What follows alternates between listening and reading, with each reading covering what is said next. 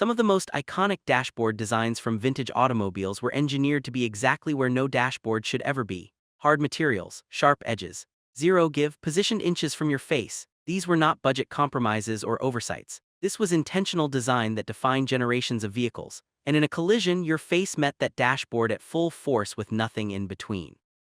Number 14 is something almost every luxury car featured proudly, and it turned minor accidents into life-altering facial trauma.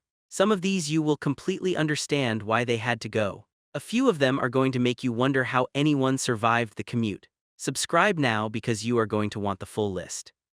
Number 1. The full metal dashboard with exposed steel framework. This was standard across American cars through the mid-1960s, Chrysler products, Ford Galaxies, Chevrolet Impalas. The dashboard was a painted steel panel mounted directly over the structural framework of the firewall. No padding, no energy absorption, just metal. In a frontal collision, especially before seatbelts became mandatory in 1968, your head and chest would contact that steel surface at whatever speed differential remained after impact. The force transferred directly into your skull and rib cage. No crumple, no cushion. Federal Motor Vehicle Safety Standard 208 was implemented in 1967 and required energy-absorbing materials on all interior surfaces within impact zones.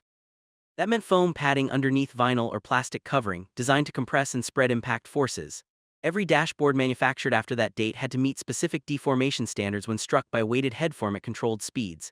The craftsmanship of those old dashes was genuinely beautiful. Real metal, real paint, toggles and switches that clicked with authority. You felt like you were operating machinery, not sitting in a padded cell. But that steel framework turned every moderate collision into a statistical certainty for severe head injury. Beautiful to look at, illegal to manufacture since 1968, and those crash test results made it impossible to argue otherwise. Number 2. Protruding dashboard knobs and controls positioned at face level. Radio knobs, heater controls, cigarette lighters, vent levers, all of them extended outward from the dash surface by an inch or more, often made of hard plastic or metal, positioned in a horizontal line right where your face would travel forward during impact. British sports cars were notorious for this. Triumph TR Series, MG Midgets, Austin Healey's. You had a row of toggle switches and knobs directly in your sightlane, and in a crash those became individual impact points. Your cheekbone would catch one knob, your eye socket another. The injuries were specific and devastating: facial fractures, orbital bone damage, lost vision. The same 1967 standards that required padded dashboards also prohibited any protruding controls or surfaces within the impact zone. Knobs had to be recessed or designed to shear off under load. Modern controls are touch-sensitive, flush-mounted, or positioned low on the center console. The tactile pleasure of turning a real knob to adjust volume or temperature is completely gone. Everything is a screen or a soft button now. Those old dashboards had personality. They also had a dozen hard points aimed at your face. You cannot have both. Number 3. The solid steel steering column mounted rigidly to the dashboard structure. This was universal before 1967. The steering column was a solid shaft connecting the steering wheel directly to the steering box with no collapsibility, no energy absorption, mounted in rigid brackets bolted to the firewall. In a frontal collision, the engine and front structure would compress rearward. The steering column had nowhere to go but backward into the driver. That solid steel shaft would move 6 to 12 inches directly into your chest or face depending on your seating position. Impalement injuries were common. Crushed sternums, punctured lungs. The fatality rate from steering column injuries was so high that it became the primary focus of early crash safety research. The collapsible steering column became mandatory in 1968 under FMVSS 203. The new design used a shaft that would telescope or fold under impact, absorbing energy and preventing rearward intrusion. Mesh sections, universal joints designed to break away, and mounting brackets engineered to detach under load. Every modern steering column will collapse in a controlled manner rather than spear the driver. The mechanical directness of those old columns gave you perfect feedback. Every bump in the road, every shift in grip. You felt connected to the front wheels in a way that electric power steering will never replicate. And in an accident, that direct connection meant the engine pushed backward and the column pushed into you. No modern car would pass certification with a rigid column. The physics are too brutal to argue with. Number 4. Chrome-plated metal bezels surrounding instrument clusters and vents. These were styling details: trim rings, decorative bezels, all chrome-plated steel or pot metal raised from the dashboard surface, positioned around every gauge and vent opening. 1950s and 60s Cadillacs, Lincolns, Buicks. The bezels caught light beautifully. They gave the dashboard depth and visual richness. They also gave your face a series of sharp-edged metal rings to contact during impact. Lacerations, embedded chrome fragments, facial trauma that required reconstructive surgery. The material itself was unforgiving, and the raised mounting meant you hit an edge, not a flat surface. Regulations phased out protruding metal trim through the 1970s as part of broader interior safety standards. Bezels had to be plastic, flush-mounted, or eliminated entirely. Modern dashboards use printed graphics, subtle texturing, or embedded lighting to create visual interest without physical protrusions. The result is safer and dramatically less interesting to look at. Those chrome bezels were jewelry. They turned a dashboard into architecture, and they turned minor accidents into emergency room visits with facial sutures. You will not find a single raised metal bezel in any car manufactured after 1975.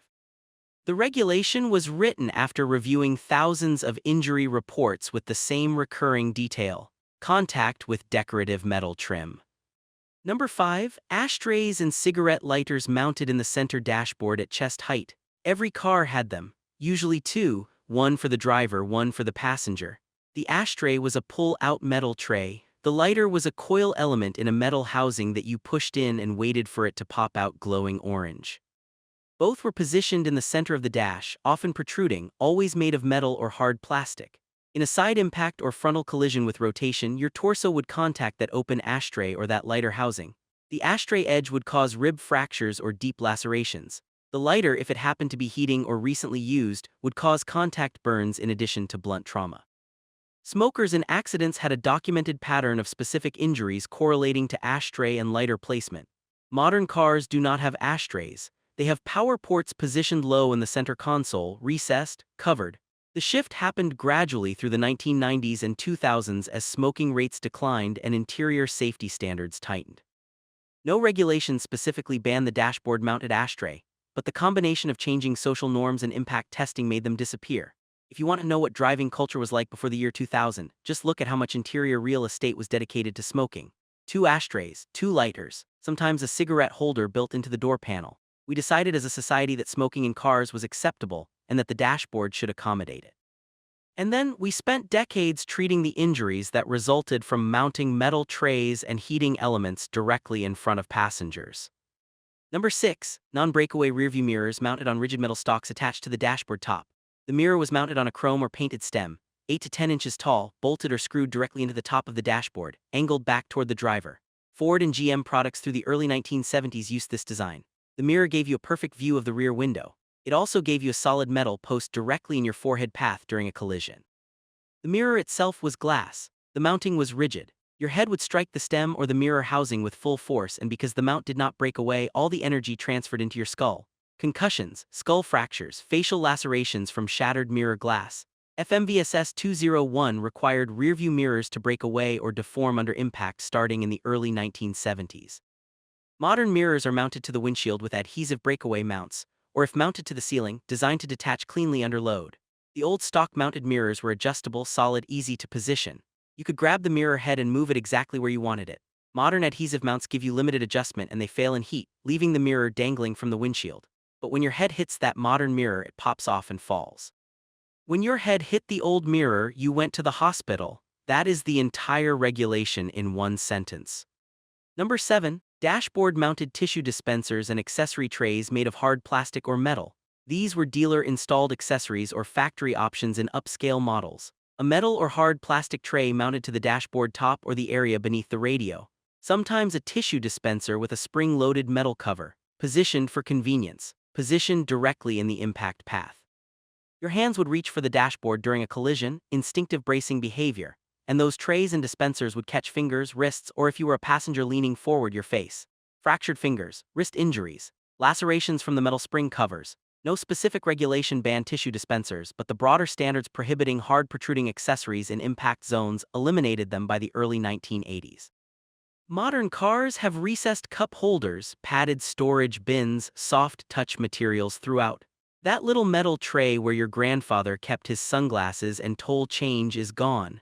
And the emergency room doctors who used to treat dashboard accessory injuries do not miss it. Number 8. Painted pot metal gauge bezels with sharp internal edges around speedometer and fuel gauge openings.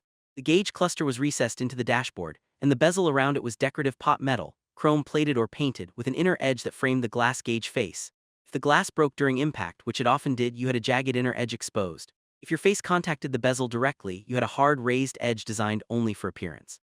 50s and 60s vehicles across all manufacturers used this design. The injuries were predictable: deep lacerations following the circular bezel shape, embedded glass fragments, facial trauma requiring dozens of stitches in a perfect arc across the forehead or cheek. Padded dashboard regulations required gauge clusters to be recessed behind soft coverings or designed with breakaway plastic bezels that would deform rather than cut. Modern instrument clusters are covered by a padded dash skin with a recessed window, or they are fully digital screens behind smooth glass. You do not touch the bezel because there is no bezel to touch. Those old gauge clusters were miniature works of industrial design. Individually mounted gauges, chrome rings, glass faces, each one a separate component, and each one a separate injury risk that crash testing revealed in identical patterns across thousands of accidents. Number 9. Glove box doors made of heavy painted metal with external mechanical latches.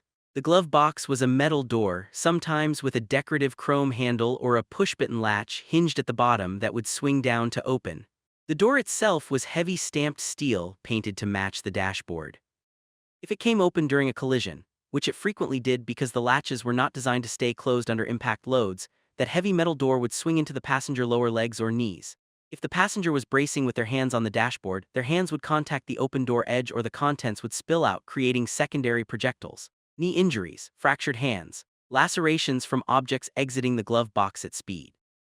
Modern glove boxes are required to stay latched during impact, tested under FMVSS 301, which governs fuel system integrity but also tests for interior panel security. The doors are lightweight plastic dampened hinges and they stay closed. The old metal doors were solid. You could slam them shut with authority, the latch would click like a vault, and in an accident they would swing open and catch your knees like a trap. Number 10. Dashboard-mounted grab handles made of rigid plastic or chrome-plated steel. These were positioned on the passenger side dashboard top, a handle for the passenger to hold during spirited driving or rough roads, mounted on metal posts or bolted directly through the dashboard structure. Muscle cars and trucks featured these. Your passenger felt secure holding that handle. In a side impact or rollover, that handle became a fulcrum. The passenger hand and wrist would absorb the rotational forces, resulting in shattered wrists, dislocated shoulders, or if the handle broke free, a projectile inside the cabin. Regulations did not specifically ban grab handles, but modern versions are mounted to the pillar or above the door, designed to deform or break away, made of softer materials. Dashboard-mounted versions disappeared through the 1980s as side impact testing revealed the injury patterns. The confidence that handle gave passengers was real. Holding something solid made rough roads and fast corners less frightening.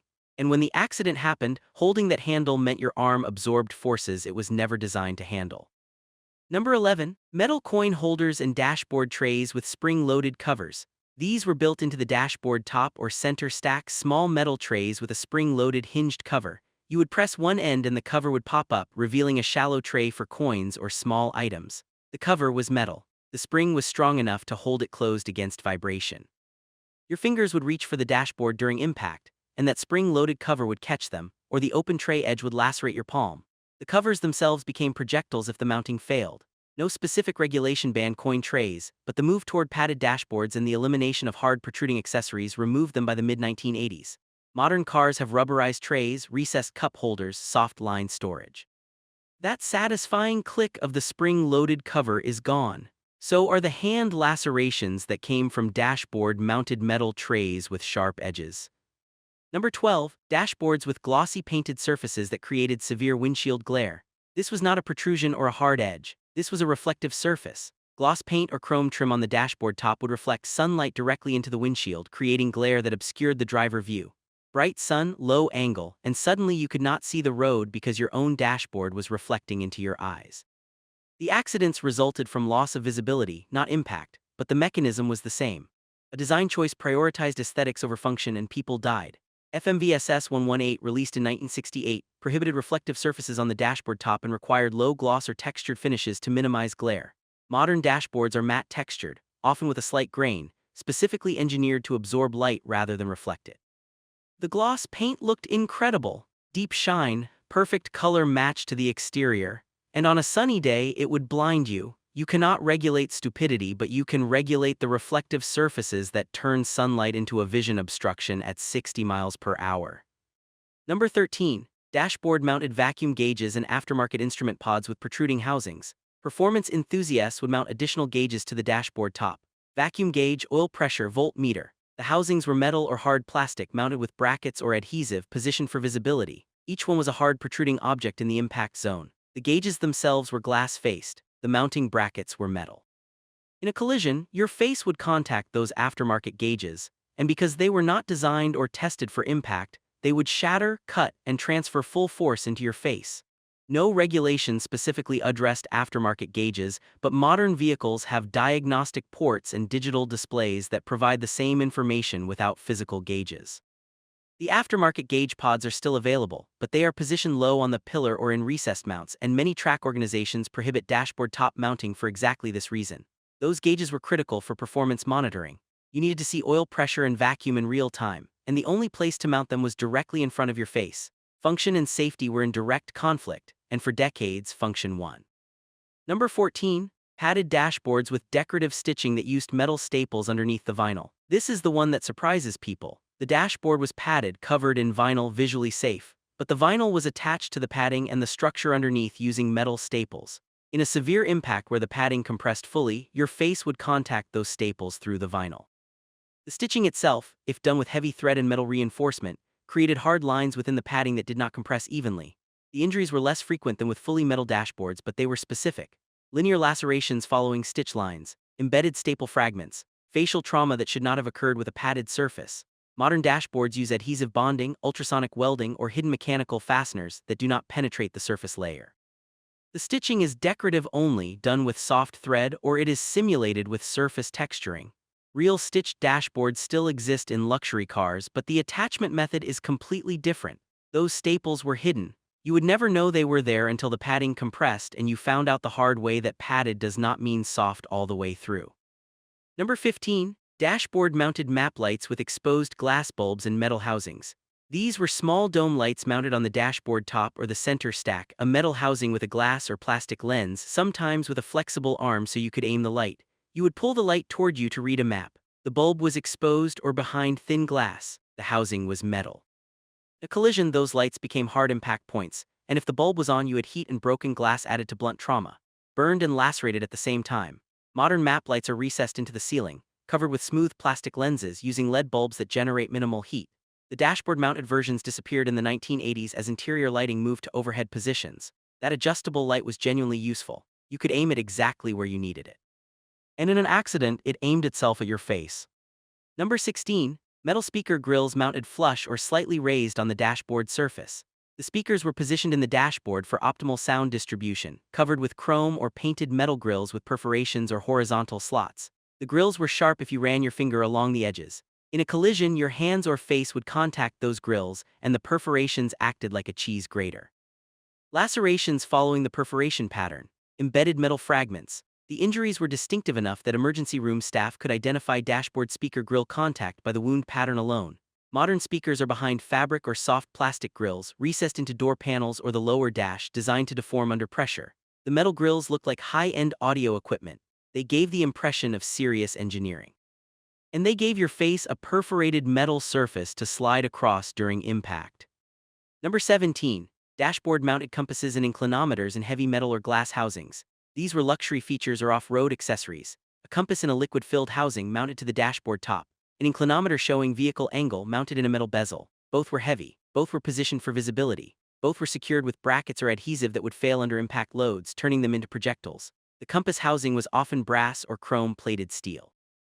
The inclinometer had a glass face. In a rollover or severe collision, those instruments would detach and become tumbling objects inside the cabin, striking occupants repeatedly. Modern vehicles provide compass and angle information through digital displays integrated into the instrument cluster or infotainment screen. The physical instruments are gone. Those analog compasses were beautiful pieces of equipment. Watchmaker precision, fluid damped needles.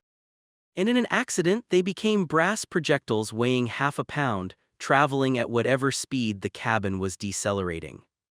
Every one of these regulations was written in blood, not hypothetical blood. Real accidents, real injuries, real patterns that emerged after researchers started counting how many people contacted the dashboard and what exactly they contacted when they did. The engineers who designed those dashboards were not ignorant. They were working within the priorities of their time. Style, cost, functionality. Crashworthiness was not on the list because crashing was considered driver error, not a design problem.